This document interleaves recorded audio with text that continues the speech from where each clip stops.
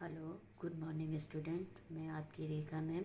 आज मैं आपको पार्ट 5 उद्योग धंधे का सेकंड पार्ट पढ़ाऊंगी। इससे पहले वाले वीडियो में हमने आपको पढ़ाया था कि कृषि और उद्योग कैसे एक दूसरे पर आधारित है। कृषि उद्योगों को कच्चा माल प्रदान करती है और उद्योग कृषि को आधुनिक उपकरण और रासायनिक खाद इत्यादि वगैरह प्रदान करते हैं।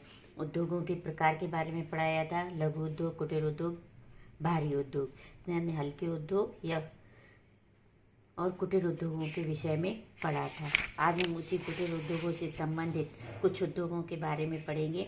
जैसे ये आपका है रेशम उद्योग की प्रक्रिया, कि रेशम उद्योग कैसे होता है। यह कृषि पर आधारित स्थायी एवं लाभप्रद कुटीर उद्योग है। यानी रेशम का उद्योग जो है वो कृषि पर आधारित है। शहतूत के वृक्षों पर रेशम के कीड़ों को पाला जाता है, जिसकी लार से रेशम प्राप्त किया जाता है। इस उद्योग में कम लागत में शीघ्र उत्पादन प्रारंभ किया जा सकता है।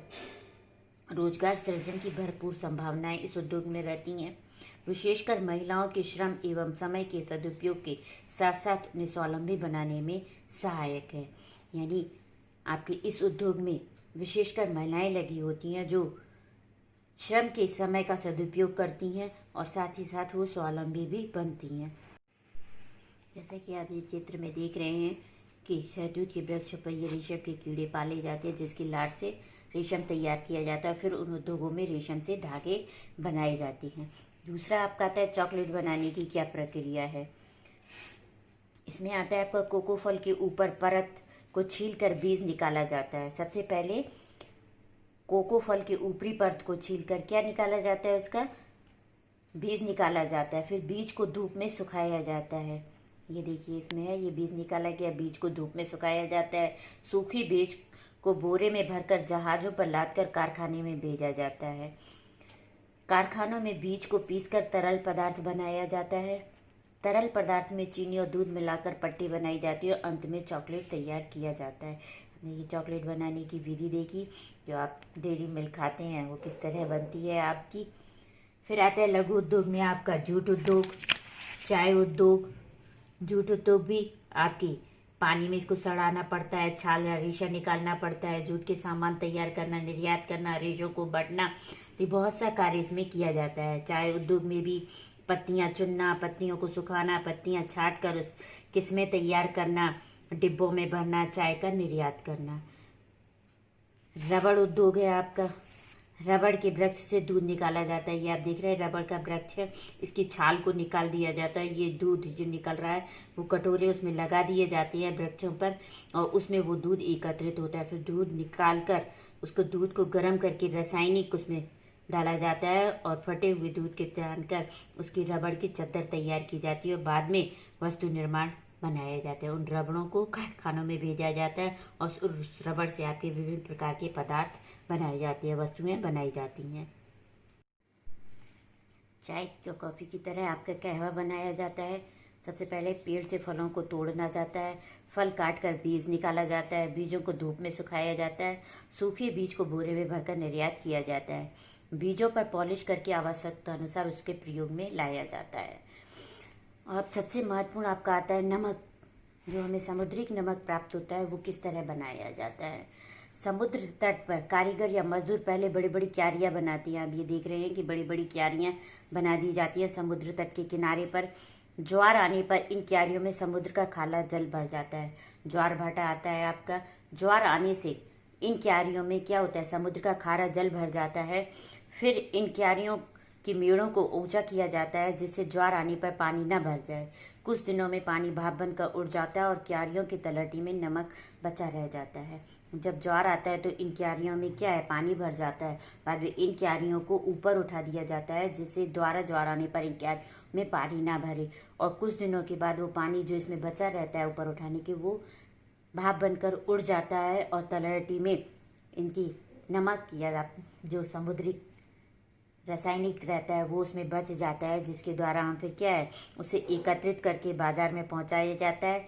वहाँ मशीनों से साफ करके खाने योग्य नमक बनाया जाता है। नमक में आयोडीन मिलाया जाता है, जो घेंघा रोग से बचाव के लिए उपयुक्त होता है।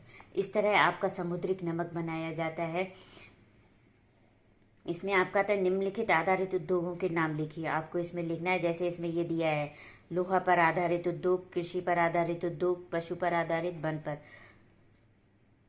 लोहे पर आधारित उद्योग आपका समुद्री जहाज है, कृषि पर आधारित चीनी उद्योग है, पशु पर आधारित दुग्ध उद्योग है, वन पर आधारित दिया सलाई उद्योग है। इसी तरह आपको 2 उद्योगों के और नाम लिखना है। ये आपका होमवर्क है। अब आता है आपका पर्यावरण एवं उद्योग। आधुनिक युग में दिन प्रतिदिन नवीन औद्योगिकरण किए जा रहे हैं, नए नए उद्योगों की स्थापना की जाती है। इन उद्योगों का पर्यावरण पर क्या प्रभाव पड़ता है वो अब आएगा। तो उद्योग हमारे पर्यावरण को 2 रूपों से प्रभावित करते हैं। सबसे पहला आता है कच्चे माल के रूप में प्राकृतिक संसाधनों का अधिकाधिक दोहन करके, यानी हम कच्चे माल के रूप में बड़े बड़े उद्योग धंधे आपका, जैसे अभी हमने बताया था, इसमें समुद्री जहाज जो लोहे से बनते हैं, तो लोह धातु जो है या लोह अयस्क जो है आपका खदानों से यानी धरातल से निकाला जाता है, और जिस अधिक से अधिक बनाने के लिए इसका प्रयोग अधिक से अधिक लोह अयस्क निकालने की कोशिश की जाती है। कोयला है, कोयले का अधिक से अधिक प्रयोग करने के लिए खदानों को अधिक से अधिक धरातल से निकाला जाता है।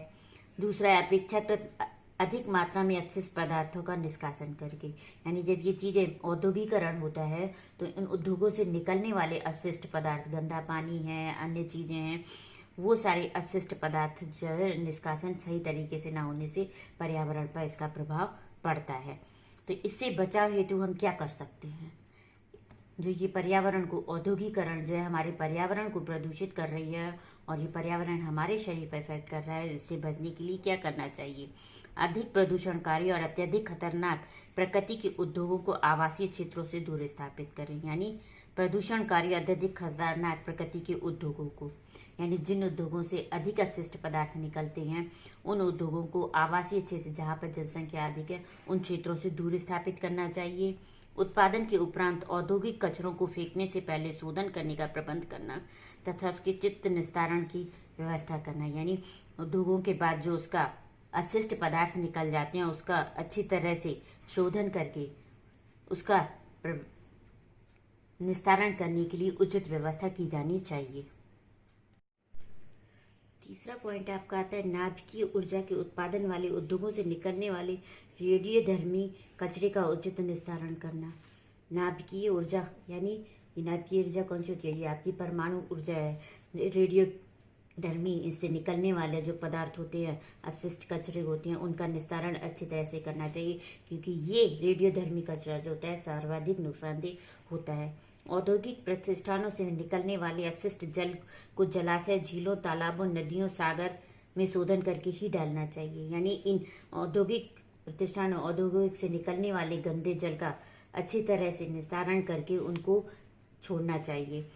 अत्यधिक ध्वनि करने वाले उद्योगों की मशीनों में ध्वनि माशक यंत्र की व्यवस्था करना, यानी जो उद्योग मशीनें चलाने जाती हैं और मशीनें अत्यधिक आवाज़ करती हैं तो उन मशीनों में ध्वनि न शामक यानी ध्वनि कम करने वाले यंत्रों का प्रयोग करना चाहिए। चीनी उद्योगों से निकलने वाले कचरे से जैविक एवं कंपोस्ट खाद तैयार करना चाहिए। चीनी आपकी किससे बनती है? गन्ने से बनती है, और गन्ने से निकलने वाला जो कचरा होता है उससे एक अच्छी जैविक और कंपोस्ट खाद बनाई जा सकती है, तो उसको फेंकना नहीं चाहिए, उससे जैविक एवं कंपोस्ट खाद को बनाकर पुनः इसका कृषि के लिए प्रयोग करना चाहिए। उद्योगों एवं औद्योगिक क्षेत्रों में वृक्षों की हरित पट्टी विकसित करना। ध्वनि प्रदूषण नियंत्रण में वृक्षों की हरित पट्टी उपयोग करना, यानी औद्योगिक क्षेत्रों में नए वृक्षों को लगाना चाहिए। ध्वनि प्रदूषण नियंत्रण में भी वृक्षों की हरित पट्टी लगानी चाहिए, यानी अधिकाधिक हमें वृक्षों को लगाना चाहिए, वृक्षों को काटना नहीं चाहिए, क्योंकि वृक्ष हमारे लिए क्या है? अत्यंत महत्वपूर्ण है। ये परोक्ष और प्रत्यक्ष दोनों रूप से हमारे लिए अत्यंत महत्वपूर्ण होते हैं। आज के लिए बच्चों इतना ही काफ़ी। शेष नेक्स्ट वीडियो में। बाय।